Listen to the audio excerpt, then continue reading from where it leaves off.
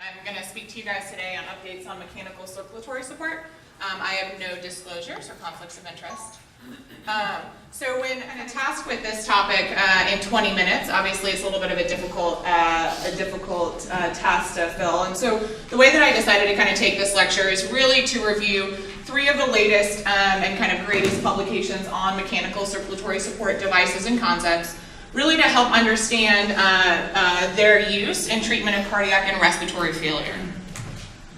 So as far as outline is concerned, just very briefly going to kind of set the stage with kind of what mechanical circulatory support is. We're going to talk a little bit about VV ECMO and a latest trial related to that, VA ECMO, and specifically VA ECMO in pulmonary embolisms. Finish off with a little bit about LVADs and the very kind of latest and greatest final report of the Momentum 3 trial, and then touch at the end very quickly on kind of the future of mechanical circulatory support. All right. So what role should VA ECMO play in the management of massive pulmonary embolisms? All right. So we'll touch on that kind of at the end a little bit. But the majority, it looks like, say that bridge during systemic anticoagulation as well as kind of a complement for pulmonary embolectomy is how it should play. So basics of mechanical circulatory support. So we kind of got to start with the definition. So mechanical circulatory support device is a device that's used, and I think there's a couple of key pieces, either temporarily or permanently, to supplement or replace actions of a failing heart or a set of lungs. So why are mechanical circulatory support devices important? So as of about 2 days ago on kind of the UNOS website, there are over 4,000 people waiting inactive and active on the heart transplant list. There's about 1,400 inactive and active on the lung transplant list, and 43 waiting for a combined heart and lung. So you can imagine in the setting of people waiting for transplant that these mechanical circulatory support devices really have a significant utility. And while the number of organ donators is higher, and we actually did the most organ transplants in 2018 that we've done in the United States ever to history, there's still a huge discrepancy. And so again, this is kind of one of the many roles that mechanical circulatory support devices fill. If you're a status 1A patient waiting for a heart transplant, data from about 2011 to 2014 says that you're going to wait about 87 days. If you're a status 1B, you're going to wait about 250 days, and if you're a status 2, you're going to wait over 750 days for a heart transplant. So to answer the second question up there, how prevalent are these? Extremely prevalent, right? Especially with those data. There was a study that looked at looking over the course of 2010 to 2016, and over 10,000 kind of left ventricular assist mechanical support devices were implanted at that point in time. So it's extremely prevalent. You're going to see these kind of in whatever kind of areas you're going to work in. And then I think the big question is when we talk about this and the impact that it has is, does it improve mortality, does it improve morbidity, and does it really improve patient quality of life? So if we look back, and again, we're not going to talk about these because my topic is updates on mechanical circulatory support, but if you look back at trials such as the REMATCH trial from the early 2000s, which looked at LVAD implantation versus inotropic therapy in patients with end-stage heart failure, they noticed a survival improvement, a significant difference in survival at 1 year. Decreased a little bit after 2 years, and there were some more complications with the LVAD group. But in combination with the INTREPID trial as well as the Heartmate 2 trial, these really kind of started to show us that there is a benefit in mechanical circulatory support, and not only does it improve mortality and morbidity, but it improves patient quality of life. So briefly just touching on terminology, as I mentioned in the definition, some of these devices are temporary, some of them are more permanent. When we start thinking about implementing these devices, we have to think about what it is a bridge to, whether it's transplantation, whether it's recovery, whether it's decision to candidacy, or whether these are destination therapy procedures. So mechanical circulatory support continues to grow. Just a couple of these devices, just so people are kind of aware and on the same page. Intra-aortic balloon pumps, Impellas, tandem hearts, VA or VV ECMO, LVAD devices, just to name a few. So Veno-Venous ECMO. So how does it work? If you really want to learn a little bit more, come to the breakout session tomorrow, because we're not going to actually talk about it here today, and tomorrow afternoon. But basically it drains blood from the venous system, puts it through an oxygenator, pumps it through an oxygenator, and returns it back to the venous system. That oxygenator kind of complex you can think of as kind of a membrane lung, if you will. It then goes through the lungs and through the heart, but essentially is for lung support. So that kind of leads to the next question. So what are the indications for VV ECMO? Refractory hypoxia, refractory hypercapnia. I think one that we think about kind of probably not as often is prevention of injurious mechanical ventilation. So while you can sit with somebody with a PEEP of 22 and an FiO2 of 100% for a while and plateau pressures that are above 30, as you start to kind of get things better, honestly putting that patient on ECMO to prevent the injurious lung ventilation may be beneficial. The other thing would be primary graft dysfunction after lung transplant, or as a bridge to lung transplant, as just a few of the indications. So what studies have kind of led up to what I'm going to tell you about today in terms of updates for VV ECMO? There's an Australia-New Zealand trial from 2009. You'll notice both of these are from 2009 around the H1N1 time. There was an observational study in a single center that took around 68 patients who had severe ARDS with FiO2 or P to F ratios less than 100 and actually closer to 50. Put them on ECMO and then just simply looked at their mortality rate. And they basically, for ICU mortality or ICU discharge, was over 70%, which is pretty impressive. Without ECMO, the mortality for severe ARDS is somewhere between kind of around 50 to 60% at times. So the Caesar trial, which is kind of, I think, one of the big kind of ECMO trials, back also in 2009, looking at patients with severe ARDS from H1N1. While its goal was to look at ECMO versus kind of conventional mechanical ventilation and so forth, it actually ended up kind of looking at transfer to an ECMO center with plus minus ECMO versus kind of conventional mechanical ventilation that wasn't very regulated, and saw that there was a significant survival benefit in transferring patients to an ECMO center, even if only a portion of those got ECMO. So that led to the trial that I want to talk to you guys about today. So this is the EOLIA Trial group. This was published about a year ago at this point in time in 2018. And these investigators really wanted to look at the following clinical question. Do patients with severe ARDS benefit from early VV ECMO initiation? So this is a prospective, multi-center, randomized, open label, obviously international trial. It randomized patients with severe ARDS to either early ECMO or conventional mechanical ventilation. And with that, I would include, they took what was one of the concerns about the Caesar trial in terms of discrepancies in kind of what conventional mechanical ventilation and ARDS treatment looked like, and standardized that. So a super high proportion of these patients were paralyzed, prone, conservative fluid management, and so forth, and looked at the outcome of those. Their goal was to look at 60-day mortality, and then they had a slew of kind of secondary outcomes as well. So what did the results show? And I wish I could put like an asterisk next to this, because the next slide is going to talk a little bit about some of the discrepancies with this. But while they powered this to look for a 20% mortality benefit in VV ECMO, which was probably a little bit high, it was close, but didn't quite meet that. So from a 60-day mortality, 35% in the ECMO group and 46% in the control group. Treatment failure at 60 days was significantly higher in the conventional ventilation. And the 90-day mortality was about similar, and there really wasn't a lot of differences in complications. So if we look at this, it's actually pretty close, and people can kind of walk away and say, well, this wasn't statistically significant. And I would argue we have to take a couple step backs and look at a couple other details of this study. So while they initially looked at around 1,000 patients who were assessed for eligibility of the trial, if you look at the initial diagram in this study, you'll notice that about 166 of these patients were excluded because they were already on VV ECMO. So that should hint at a little bit of a selection bias as to kind of which patients were actually included.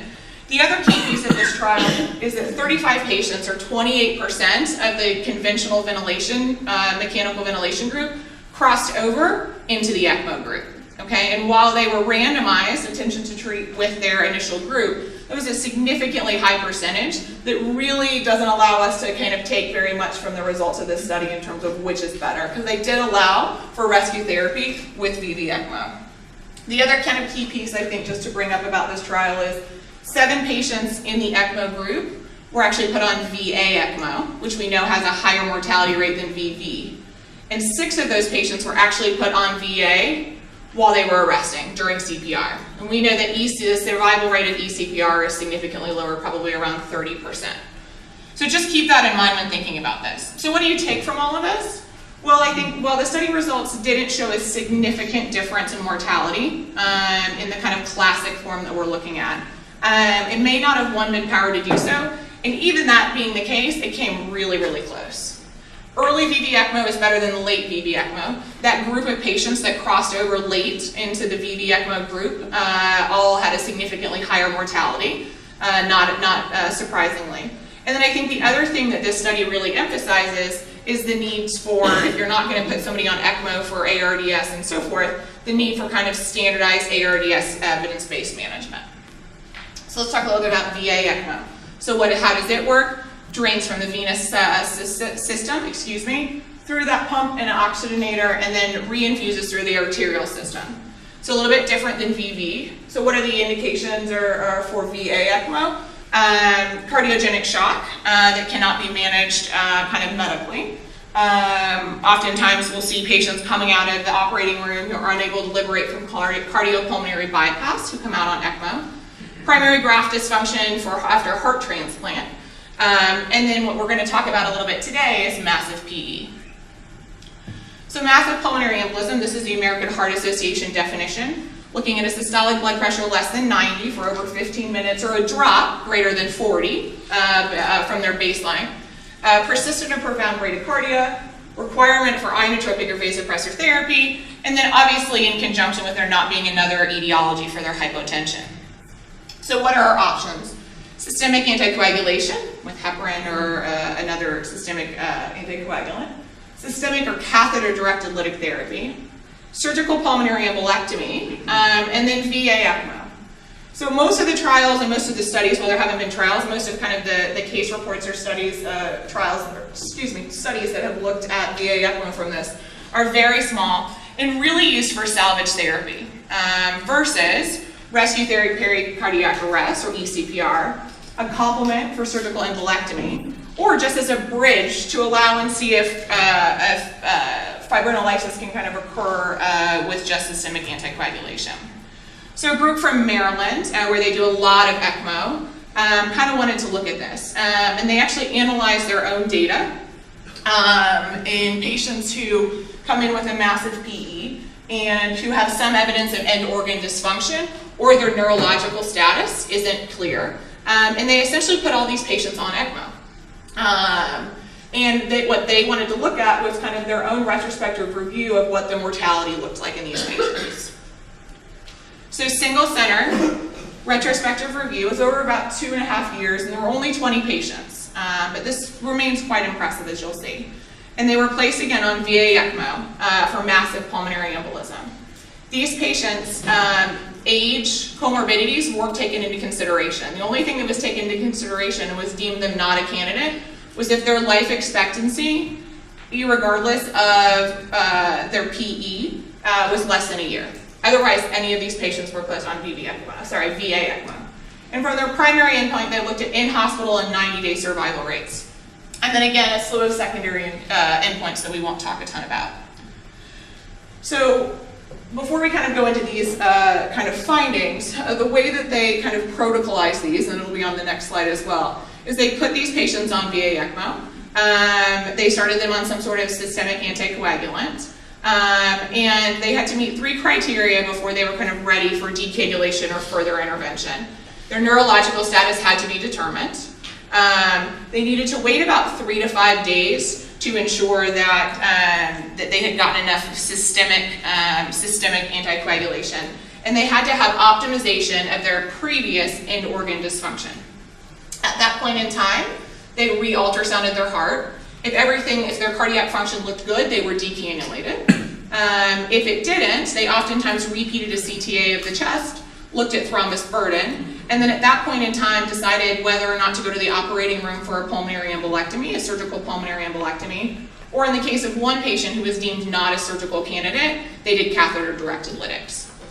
So as we start looking at the results of this trial, the table on the right, on you guys' left, basically looks at the improvement in end organ dysfunction from cannulation to decannulation. Indicative of the fact that putting somebody on VA ECMO who has end organ dysfunction from a massive pulmonary embolism can significantly improve with this. The graph the table on you guys' right is just a kind of a list of statistics and kind of the results for the trial. So this is kind of the summary. So they had 20 patients, all of which went on VA ECMO. And then after kind of their protocol, 8 of which were able to use anticoagulation alone. 11 of which went to the operating room for a surgical pulmonary embolectomy. And as I mentioned, 1 who was deemed not a surgical candidate had catheter-directed lytics.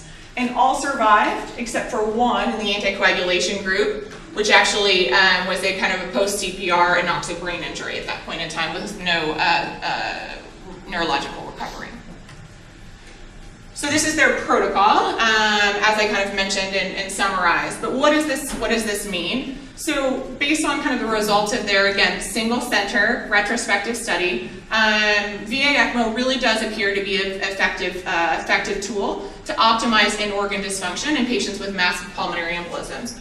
And not only is it an effective tool in that sense, it also allows the medical teams a little bit of time to triage what that next appropriate intervention should be. So are they able to improve with just systemic anticoagulation? Do we buy some time until their end organ dysfunction is fixed to be able to go to the operating room and potentially more safely do that surgical pulmonary embolectomy and so forth? So for all of you guys that answered that, congratulations. All right, left ventricular assist device, or LVADs. So what are these? As you guys probably already know, surgically implanted or percutaneously inserted electromechanical pump for assisting cardiac circulation, either partially or completely, basically by replacing the right ventricle. We're talking about left ventricular assist device. We're not going to talk about anything really about kind of the RV today. And these are really designed for patients that either 1, have end-stage heart failure, or 2, have acute cardiogenic shock that can't be managed medically. So a little bit about the history of LVADs. I think you have to start with kind of the first cardiopulmonary bypass, which occurred in 1953. It was a patient with an ASD, and it was the first successful use of cardiopulmonary bypass in the operating room. The 1960s, I think, were really high yield for mechanical circulatory support, and in LVADs in particular. It was when there was a lot of research money that was starting to be given to the concept of a total artificial heart and mechanical circulatory support. And with that came the first implantation of a total artificial heart. We mentioned the rematch trial from the early 2000s that again looked at LVAD therapy versus inotropic therapy in patients with end-stage heart failure and noticed a survival benefit in LVADs. And then what's circled on you guys' right, the study that really started in 2014, and as we'll see, had several kind of interim analysis, and it wasn't until about a month ago that the final report was published, was the Momentum 3 trial. And that's what we're going to talk about as kind of the LVAD update. So the Momentum 3 trial, this large group of researchers looked at in patients with advanced heart failure that was refractory to medical management, did a magnetically levitated centrifugal flow device, or a Heartmate 3. Was that superior to an axial flow device or a Heartmate 2? All right. So prior to this final kind of version of the study, if you will, which is pretty impressive, and I'll get to kind of why that's the case, there were 2 interim analyses that both showed decreased risk of pump thrombosis, as well as non-disabling stroke rate in the Heartmate 3 versus the Heartmate 2.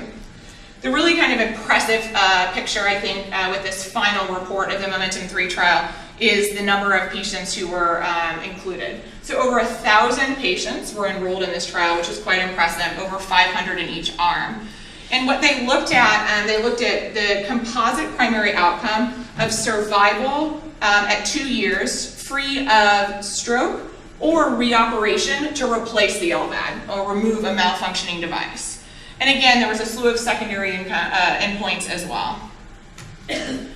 So So what did we find? So as you can see by this diagram, the Heartmate 3 was significantly, performed significantly better in terms of survival free at 2 years of stroke as well as pump thrombosis. In terms of their secondary endpoint, it's easiest probably to see on the graph on the right. 2.3% of patients who received a Heartmate 3 had to go back to the operating room for device replacement. And over 11% of the Heartmate 2 group also then had to go back to the operating room, which was also statistically significant. When we think about hemocompatibility related adverse events, so things like pump thrombus, stroke, bleeding, as you can see, the Heartmate 3 performed better on every single one of those. So what do you take from this kind of grand LVAD study? And with regards to Heartmate 3 over Heartmate 2, there was a reduction in pump thrombus and need for pump replacement, a reduction in any type of stroke, reduction in bleeding, particularly GI bleeding, which is what we're kind of most concerned about. One of the things we're most concerned about, obviously, along with intracranial bleeding in patients on with an LVAD and anticoagulated, a reduction in cardiac arrhythmias, and then from a kind of a quality of life standpoint, a reduction in rehospitalizations as well as days spent in the hospital. So you have to finish an update lecture, I think, with kind of where is the future of mechanical assist device going, circulatory support device going.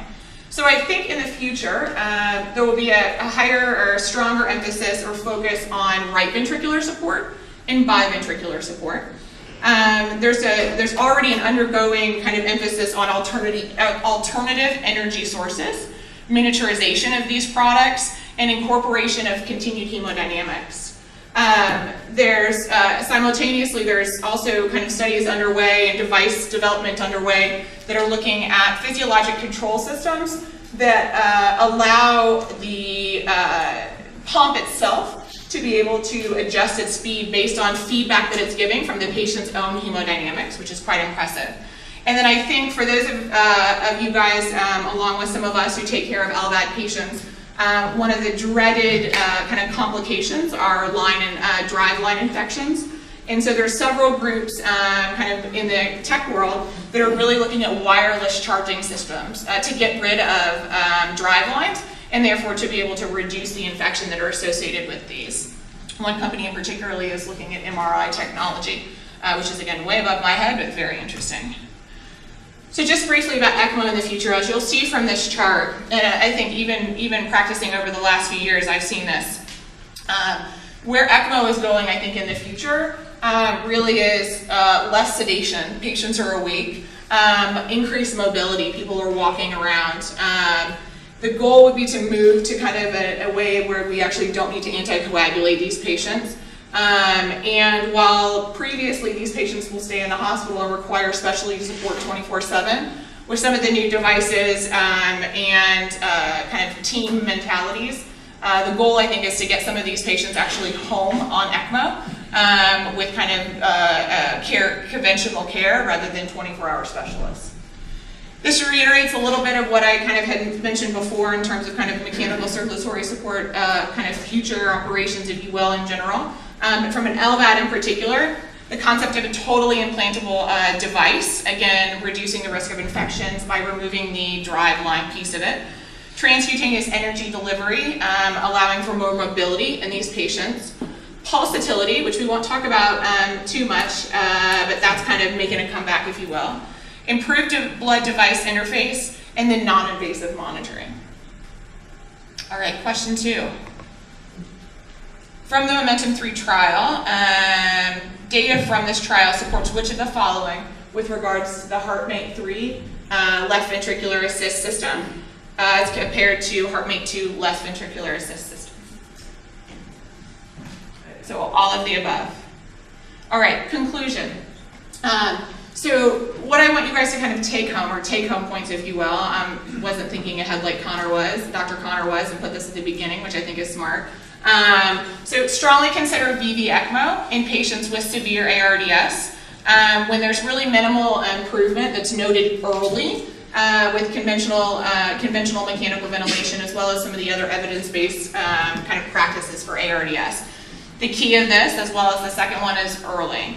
Also strongly consider early VA ECMO for patients with massive pulmonary embolism, those that have evidence of end organ dysfunction in particular, and think about it as more than just a salvage therapy. And then finally, with regards to the Momentum 3 trial, really it just illustrates how the field of LVAD development and mechanical circulatory support in general is continuously evolving to improve morbidity, mortality, and again, also important, the quality of life of patients with end-stage heart failure. All right, any questions?